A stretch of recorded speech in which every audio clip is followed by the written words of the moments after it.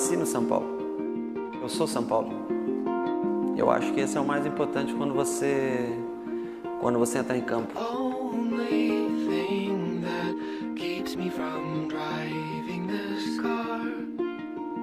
Gostaria eu de poder ser dono do São Paulo. Eu já, não foram poucas, várias vezes eu saí de casa para ir a um lugar e distraído eu sigo aquele mesmo caminho que eu faço há 25 anos.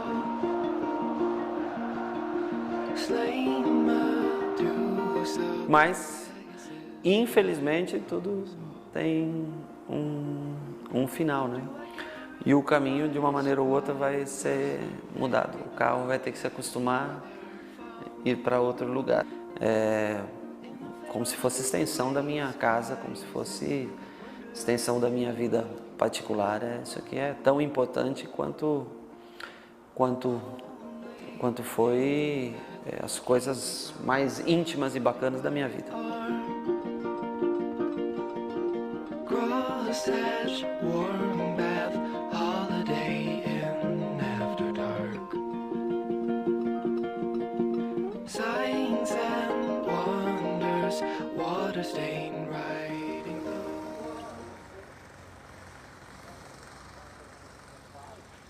Foi aqui que tudo começou, em 1990. O treinador, o Nilo Neves, na época, veio lá conversar comigo se eu consentia que ele ficasse como terceiro goleiro. Não, se ele puder continuar no Banco do Brasil, vai treinar nas horas de folga, tudo bem. Aí então ele concordou, e aí ele começou como terceiro goleiro. Mais tarde, quando o Collor assumiu, o banco dispensou os funcionários contratados, que não tinha concurso, foi dispensado. E daí então ele ficou, quer dizer, o futebol parou, o banco mandou embora. Aí apareceu a oportunidade de fazer um teste no São Paulo, né? Aí eu levei ele para São Paulo, graças a Deus, passou no teste e foi o que aconteceu, essa beleza de trajetória, de vitórias, né?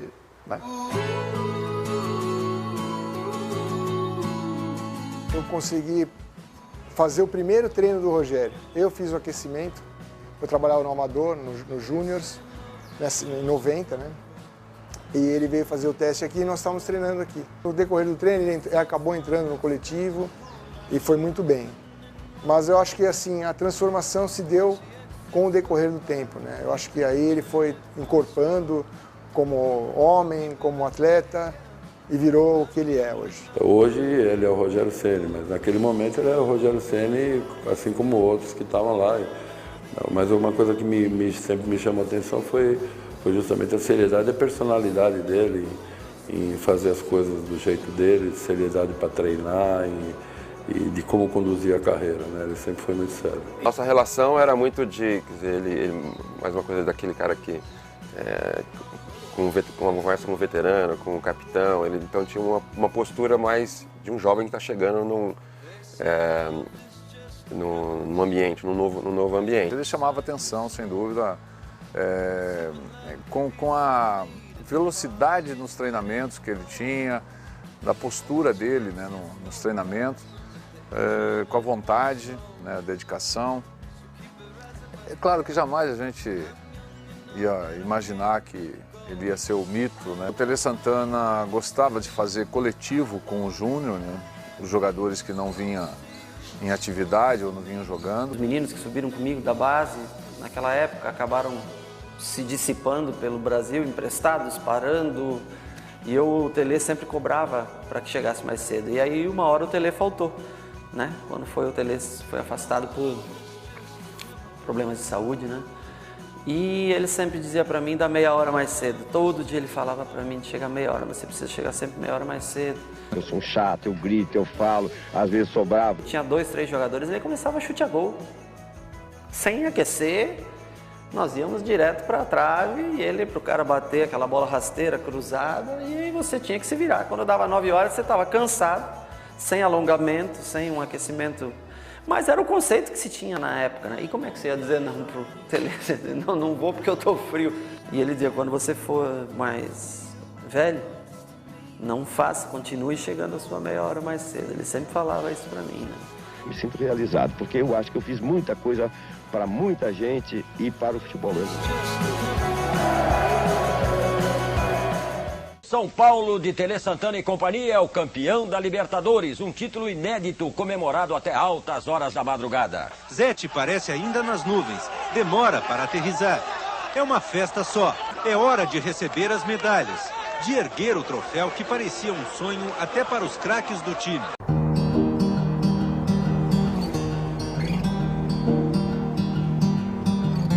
Alexandre Escobar Ferreira tinha 20 anos e ganhou destaque ao substituir o goleiro Zete na Taça Libertadores da América. Esta madrugada, Alexandre perdeu o controle do carro na rodovia Castelo Branco e bateu no guarda-reio. O carro ficou completamente destruído. Alexandre foi levado para o Hospital Universitário de São Paulo, mas não resistiu. Durante 2 horas, o corpo do goleiro foi velado no centro de treinamento do time do São Paulo.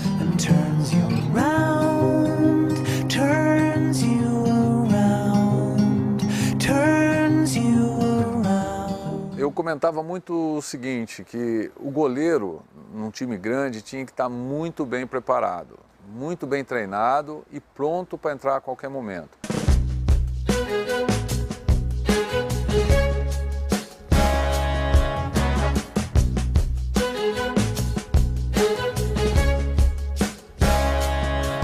A gente vai poder mostrar aí, quem sabe, mais 1 ou 2 treinos, a qualidade que a gente tem. Ele foi buscando isso, foi abraçando mesmo toda essa situação com muito profissionalismo, né? Ele foi um cara muito dedicado, observador, cara que estava sempre assim antenado mesmo em tudo que estava acontecendo para esperar esse grande momento. Ninguém podia acreditar, mas o bi da Libertadores foi ainda mais fácil que o primeiro título. Na final, aplicou a maior goleada de uma decisão na história do campeonato. 5-1 sobre a Universidade Católica do Chile, com o Morumbi lotado. Eu acho que até o torcedor brasileiro aprendeu a dar valor depois daquelas 2 conquistas, 9-2, 9-3. Claro que quem conquistou antes também foi muito importante, mas não tinha a mesma simbologia, o mesmo valor.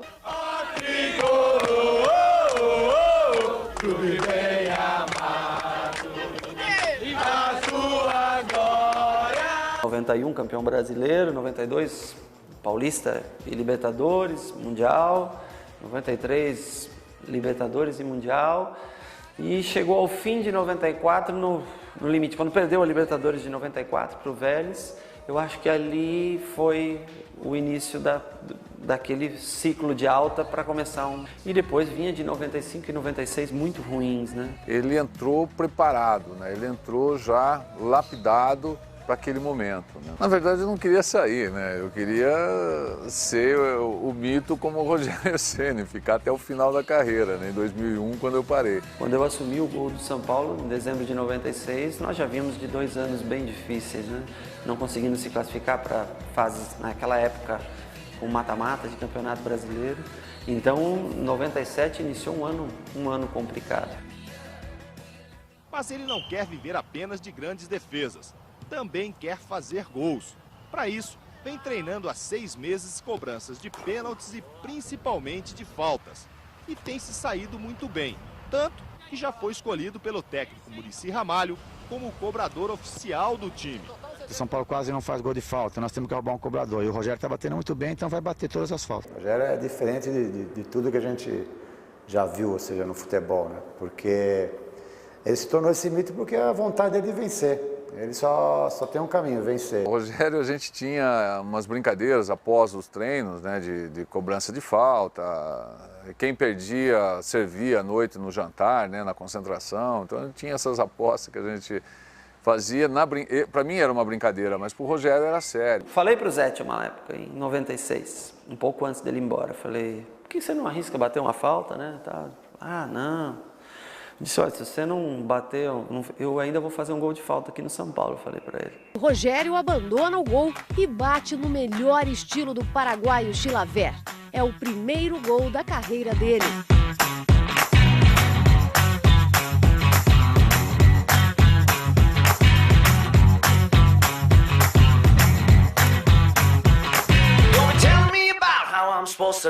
Claro que incomoda, né? Principalmente no começo, quando ele começou a bater falta, começou a bater pênalti, né? E que era uma coisa nova, a gente já tinha visto isso em outros lugares, com o Chilavert fazendo muito isso lá no Paraguai. O Rogério foi muito inteligente, soube usar o espaço que estava faltando para ele ali, onde ele poderia bater. Foi bastante dolorido, mas depois a gente vai vendo os outros tomando também, não sei quem tomou, aí fica tudo tranquilo, todo mundo tomou, tá bom.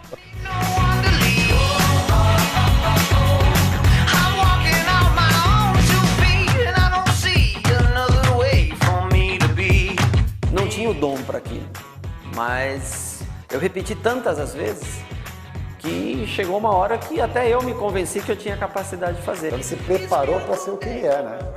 E para isso acontecer, o cara tem que ser muito diferente.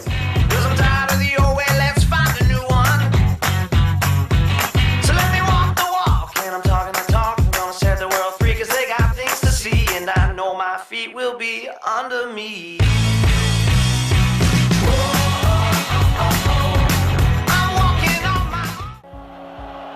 80 mil pessoas no Morumbi.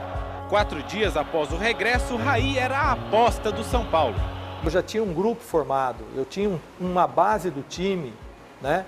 E como é que eu iria mexer nesse time, né? Como é que eu iria fazer nesse time para colocar o Raí? Não teria como não colocá-lo para jogar, né? É uma das pessoas assim, que não titubeou em nenhum momento. Quando eu cheguei, conversei com algumas pessoas, além do treinador, e com ele, falei, não, ele falava na hora, assim, né? Então, eu gostava desse lado decidido dele, ele é um cara muito...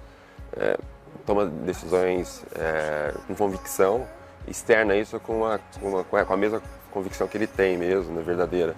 E eu lembro na época que ele não tinha dúvida nenhuma, ele falou, não, tem que jogar, e deve ter influenciado também o treinador. Aí o Zé Carlos, na tentativa de cruzamento, toque, França, Raí, meteu a cabeça, gol!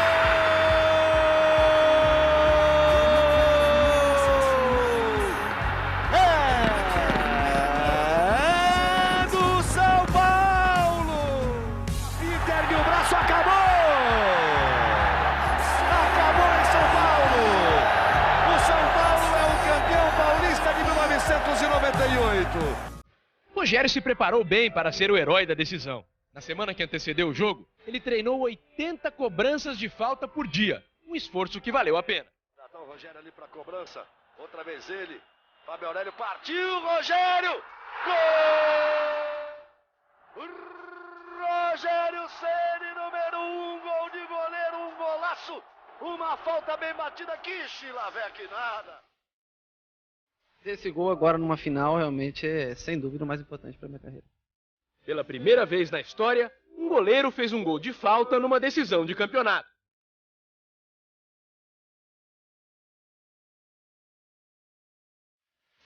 Rogério se consolidou como um dos grandes goleiros do futebol nacional. Assumiria o cargo de capitão do time pouco tempo depois e passou a ser o mais procurado pelos microfones. Esse modo como você dá uma entrevista, como você fala, como você defende o seu time, como você defende uma situação que acontece em determinado momento, eu acho que faz com que o torcedor incorpore um pouco você dentro do campo. Eu acho que isso talvez seja a maior ligação, o maior elo de ligação. Claro, as conquistas foram importantes, os gols, enfim, defesas, mas a fidelidade aos tantos anos consecutivos aqui e, juntamente a isso, o desejo de vencer a cada jogo, eu acho que fizeram com que houvesse essa simbiose, essa química, né, minha com o torcedor São Paulino. O Rogério é considerado um mito pela competitividade que ele tem, pela capacidade que ele tem de se manter motivado. Depois de tudo que ele conquistou, de tudo que ele ganhou, os prêmios que ele ganhou individual, coletivo, ele ainda tem a motivação pela competitividade, que no final é o prazer pela vitória, que poucos jogadores conseguiram ao longo da carreira, principalmente na posição dele.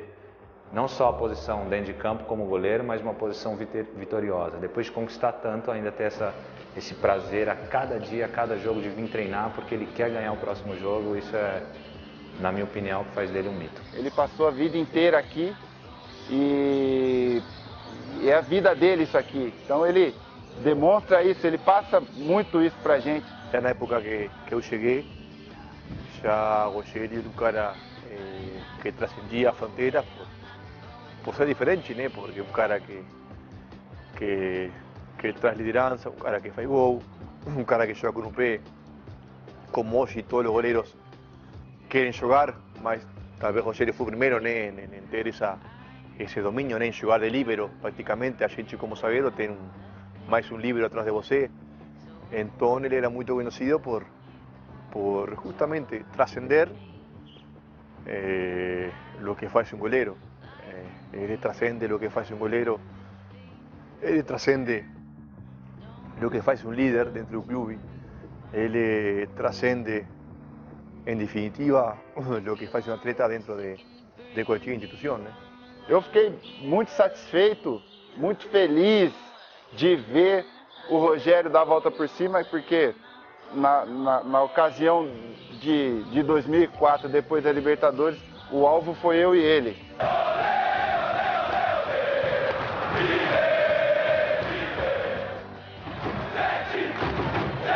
A marca pessoal é conseguir voltar a disputar a Libertadores de América. Foi uma coisa satisfatória ver o companheiro que um ano antes tinha sido duramente criticado, dar a volta por cima e se tornar o que se tornou, né?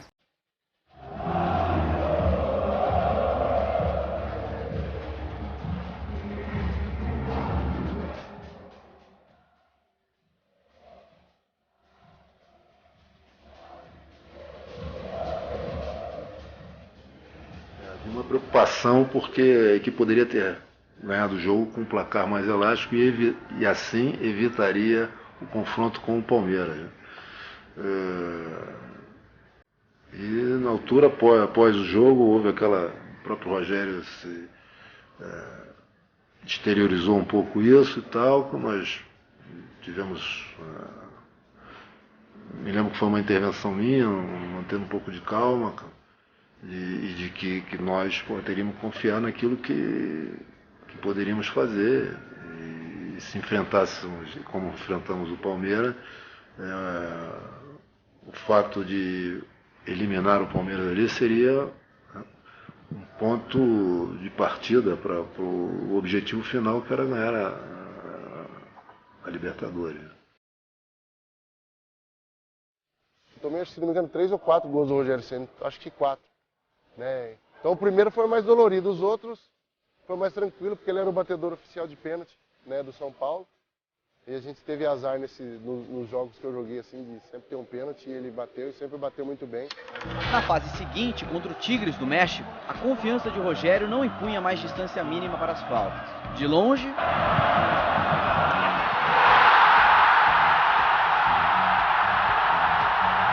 ou de perto, a bola apenas obedecia. Esse jogo do Tigres, então, era incrível. Ele teve a oportunidade de fazer o hat-trick, né? Para um goleiro seria uma coisa, seria mais uma quebra que ele faria ali, né, de recorde. O Rogério contagiou a todos com aquela determinação, aquela vontade, né? Seria imperioso ganhar, né?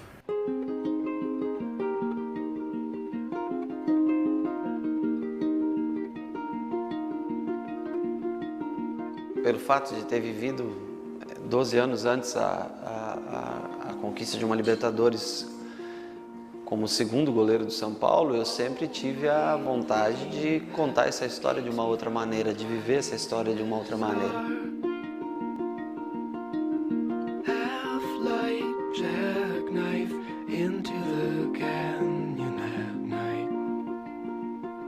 Nós tínhamos ganho o Campeonato Paulista, torneio Rio-São Paulo, a Copa Comembol, que tinha vindo antes disso, né? Éramos tricampeões, eu já era tricampeão paulista jogando pelo São Paulo, mas as pessoas sempre colocavam como títulos menores que não tinham tanta importância, né? E a Libertadores eu acho que veio para colocar uma coisa, bom, é o que de mais importante pode acontecer. Então, quando eu falo que tinha acabado, naquele momento eu me senti, na verdade, com o dever cumprido, com a minha relação com o torcedor, quando nós voltamos a ganhar a Libertadores. naquele momento eu achei que concluía-se um ciclo, né? Nós tínhamos acabado de ser campeões paulistas, fomos campeão da Libertadores, mas foi um momento que eu disse, bom, agora, não pelo fato do mito da palavra usada, mas pelo fato do alívio de ter chegado, acredito eu, no ponto máximo que um atleta pode chegar, que é conquistar uma Copa Libertadores. Acho que demonstra toda a importância daquele jogo, né? de tirar algo nós conseguimos, ele conseguiu. Para ele era fundamental isso, né? Acredito que mais do que ninguém ele trabalhou, lutou, se dedicou, manteve o foco total em relação à conquista daquela Libertadores e posteriormente do Mundial. Não tenho dúvida que foi o goleiro no mundo com mais responsabilidade dentro do time para obter títulos tão importantes. Nunca no mundo teve e não vai ter um goleiro com tanta responsabilidade, sendo tão protagonista em títulos importantes. Vai ser difícil no mundo aí ter outro igual. Nós torcemos para o São Paulo ter goleiros como ele, né? Principalmente cobrador de falta, cobrador de pênalti, mas nós sabemos que só existe um que é o patrão. O Rogério, ele bateu o recorde de jogos. Ele começou aqui, terminou aqui, faz gol, defende, ganhou tudo. Eu não vou ver não. Outro igual, não verei.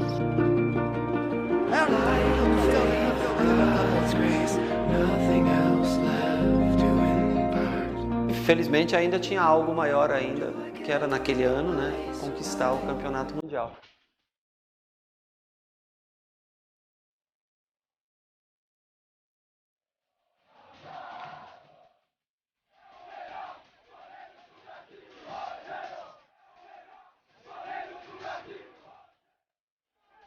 Magnífico, excepcional.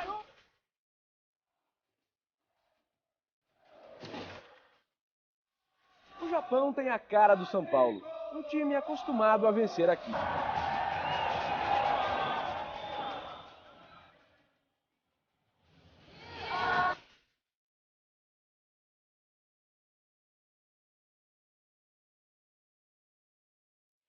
Foram 90 minutos de emoção concentrada, que valeram pelos meses que o São Paulo esperou para jogar essa partida. Uns 2 ou 3 dias antes da partida contra o Liverpool, fui treinar faltas. E num movimento que eu fiz para bater o pé de apoio, a perna esquerda, eu senti um incômodo, um estalo. E aí eu vi que eu já tinha tido 2 cirurgias de menisco no joelho direito. E aí eu senti esse incômodo e pelo conhecimento da lesão, da forma como foi, que eu procurei o Marco Aurélio, né, que era o nosso superintendente e médico na época, junto com o Sanches, mas ele é um cara especialista em joelho. Eu disse, Marco, acho que beliscou. Aí ele fez a manobra, né, do joelho normal. Falou, não, isso aí faz um fortalecimento muscular. Lógico, ele querendo psicologicamente tirar qualquer peso de lesão e eu também entendendo que ele psicologicamente precisava fazer aquilo, mas eu já sabia que tinha uma lesão de menisco. E meu medo, além da dor, era travar, né? Porque algum fragmento, né, poder entrar na articulação e travar o joelho e aí sim impossibilitar de jogar aquela partida.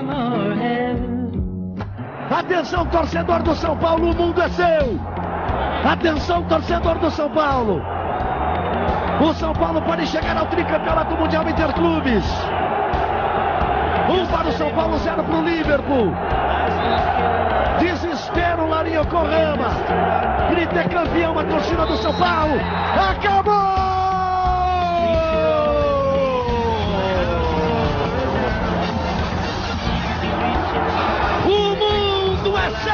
Torcedor tricolor!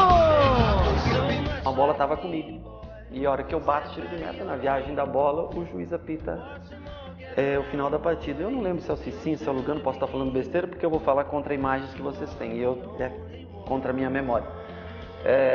Me abraça, e nesse abraço, aí todo mundo já vem correndo para dentro do campo e acaba, acho que instintivamente, vindo até ali. Quando o juiz acabou a partida, o primeiro que eu fiz foi ir e abraçar ele e agradecer ele, porque foi uma atuação brilhante, que redondeu, fechou tudo o brilhante que ele tinha feito até aí, né? Eu acho que também quem mereceria um abraço, muito, quer dizer, todos mereciam aquele abraço, na verdade, mas o Mineiro também, né, que foi o responsável pelo único gol do jogo.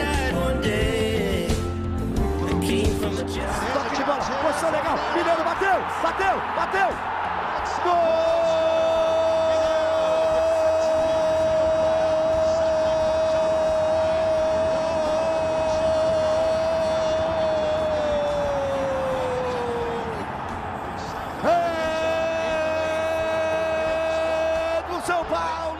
Estava em meio de temporada e a nossa equipe estava já no final de temporada com o Rogério e mais muitos jogadores, né, com um número de jogos enorme. Então sabíamos que fisicamente nós não poderíamos suportar. Né? E aí entrou toda a categoria, especialmente naquela falta, né, do Gerard, que foi uma defesa extraordinária. Você, óbvio, né, que você está mentalizado no jogo, né, está com toda a adrenalina, mas quando você vê um cara com essa actuação, né, com essa exuberância, você fala, nossa senhora, né?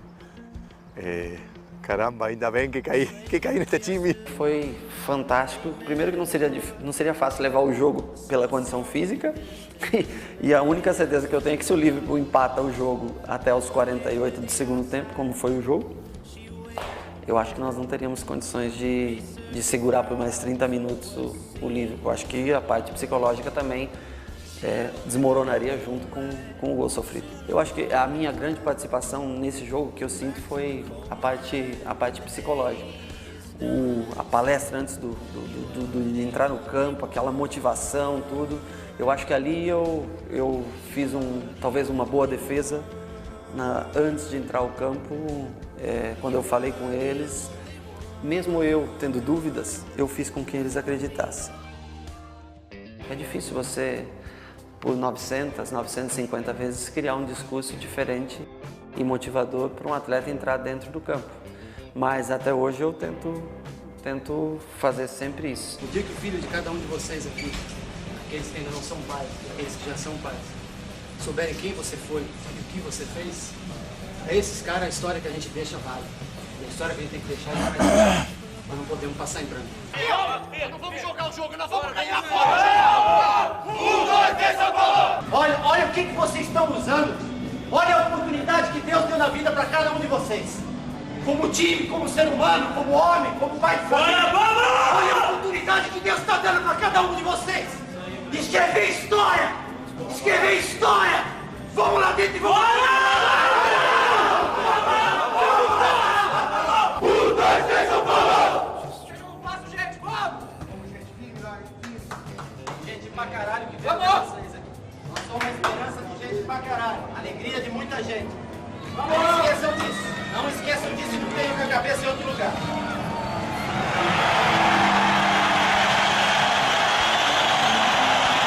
Se você pegar um Campeonato Brasileiro de 2008, naquele jogo contra o Goiás em Brasília, Gama, né? Você preste atenção no rosto do Hernanes. É a esposa que está esperando em casa, é o filho que está para nascer, é o filho que está esperando você chegar em casa com um presente na mão para você. Aê!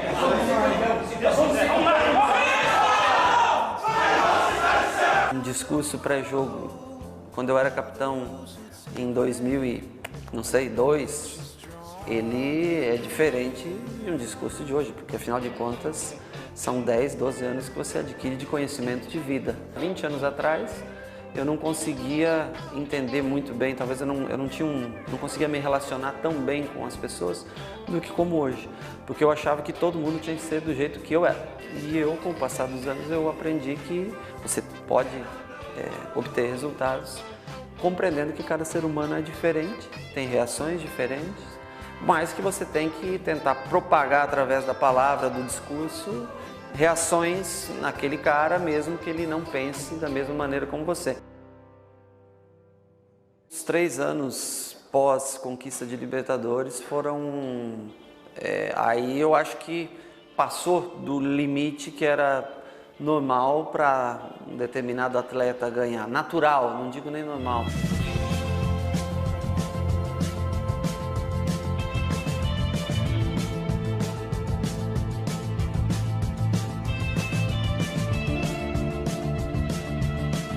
Mineirão. O São Paulo está perdendo por 2-0 para o Cruzeiro, quando o Rogério mostra por que a torcida o admira como goleiro.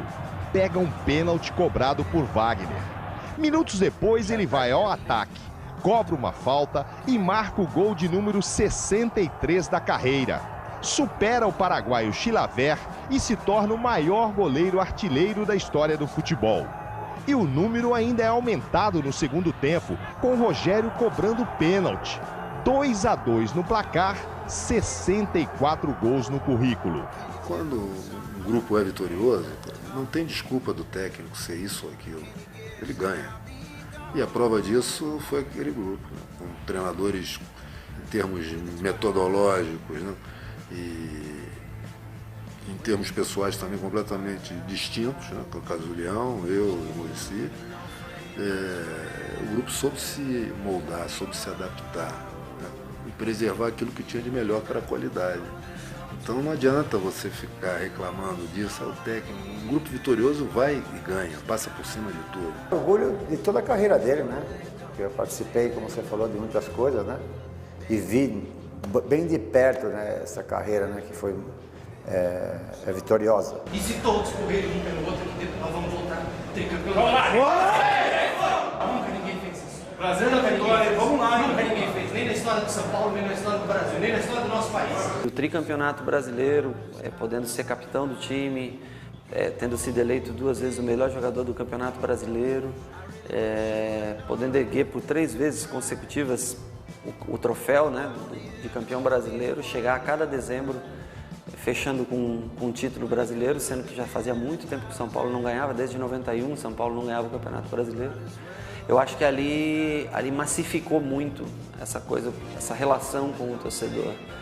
E durante esses campeonatos brasileiros, né, muitos recordes foram quebrados, como o número de jogos, como um atleta que mais jogou pelo São Paulo, gols, enfim, recordes importantes que ajudaram, juntamente com as conquistas coletivas, ajudaram a fixar essa imagem, a fortalecer essa imagem com o torcedor.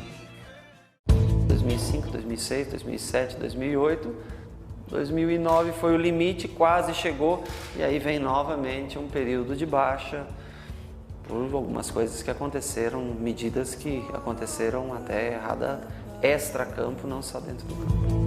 I don't know how shallow it is. Can you tell? Can you tell? Just by looking at it.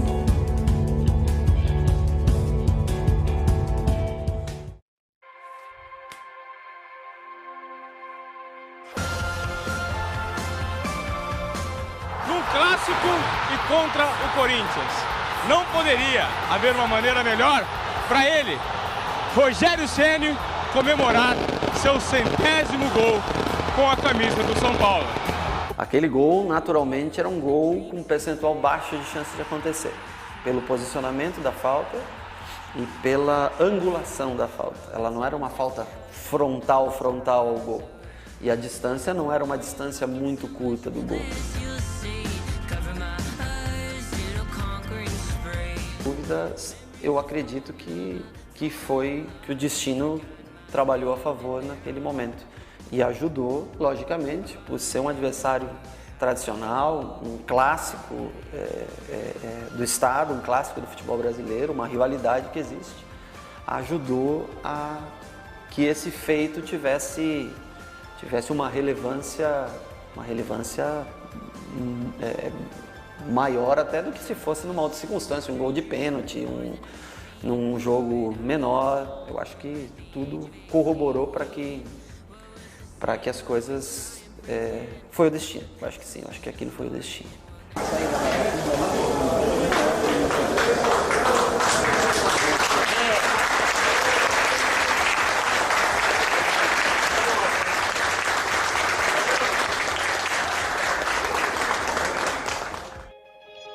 Tá aqui do meu lado, a faixa que ele me passou de capitão no último jogo meu com a camisa de São Paulo, e eu tive o prazer de erguer a taça de campeão. Então foi um momento que marcou a minha carreira, que jamais vai sair da minha cabeça.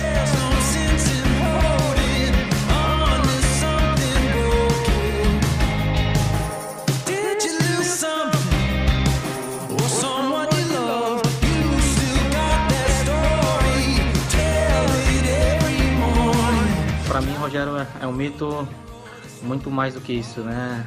Acho que depois que você começa a trabalhar com ele, quem conhece ele pessoalmente sabe do que eu estou falando, né? Ele é mito pela pessoa que ele é, pelo exemplo que ele é, não só de atleta, mas de pessoa, pelo exemplo que ele exerce de liderança diante de um grupo. Então, eu tive o prazer de trabalhar com ele, um cara que me ajudou bastante e que me ensinou muito, né? Tem o Rogério como espelho para mim, um grande ídolo, e para mim foi uma honra, uma satisfação enorme ter trabalhado com ele, né?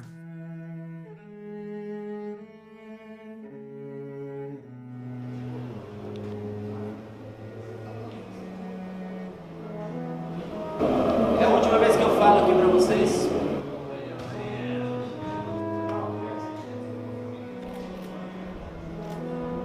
O tempo é a coisa mais preciosa que a gente tem na vida.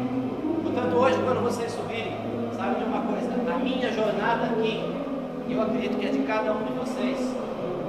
Nós que estamos terminando o nosso contrato, ela acaba somente quando esse juiz apitar o jogo e quando a gente conquistar os nossos objetivos. Lembre-se, 2016 é um ano inteiro pela frente, depende do dia de hoje. E 2016 está sendo construído para cada um de vocês que ficam aqui. Não joguem o tempo da vida de vocês fora. A gente constrói aqui um ano da vida. E um ano da vida, eu olho para trás e tento procurar onde foram passar esses 25 anos. Como que passou tão rápido? E passa para cada um. Pode ter 18, pode ter 30, pode ter 34. O tempo passa para cada um. E quando você olha para trás, você nem nota que ele se foi. Eu saí aos 17 anos de casa, aos 20 eu perdi minha mãe. E aos 42 eu estou perdendo a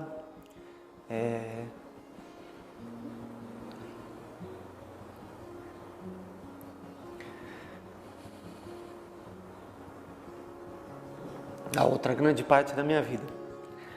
Mas vendo caras jogar como eu vi Raí jogar, por exemplo, eu entendo que vai ser uma coisa completamente natural e superável para todos. Que a vida ela segue para todo mundo. É natural que você se sinta triste por não dar sequência naquilo que você fez a vida inteira, mas ninguém é substituível.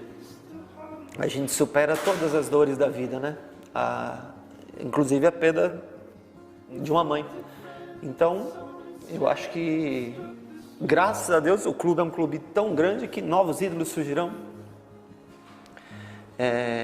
e vão representar a cada década, como teve o Raí na década de 90, como você teve Pedro Rocha, como você teve Canhoteiro, como você teve Careca, como você teve tantos outros caras que fizeram com que esse clube fosse tão grande. Então,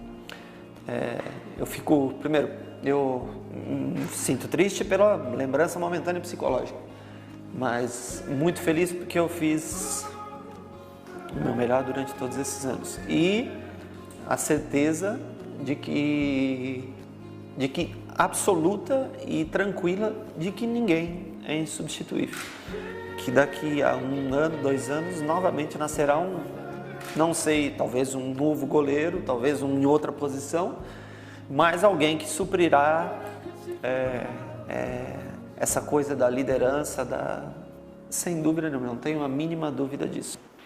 Surgirão novos ídolos, surgirão novos líderes, o São Paulo será campeão de novo, o torcedor vai estar feliz, vai sorrir de novo, vai comemorar novos títulos importantes, vai ser tetracampeão da Libertadores, vai ser tetracampeão mundial, é a única certeza que eu tenho. E que naquele período eu fiz parte da história de um grande clube como é o São Paulo. Sem dúvida nenhuma, ele é o maior da história pelo conjunto da obra e, sem dúvida nenhuma, está entre os melhores de todos. Se eu sou maior, eu não sou maior do que ninguém. Eu não sou maior do que ninguém. Eu apenas joguei durante todos esses anos fazendo o meu melhor. Eu tive talvez mais tempo do que a maioria deles, mas não me sinto maior do que ninguém, não me sinto maior do que nada.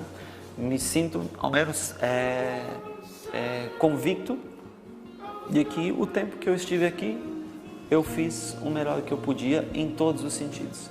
Se teve um lado da vida que eu sou completamente assim, sem mais um pingo de recém afirmar que eu me dediquei de corpo e alma, foi o lado profissional, foi o lado do futebol. Não tenho, assim, eu juro, perdi, ganhei, acertei e errei, mas sempre convicto e com a cabeça assim, deixo o futebol assim extremamente tranquilo, que eu fiz o meu melhor, me dediquei ao máximo até o último dia da minha carreira.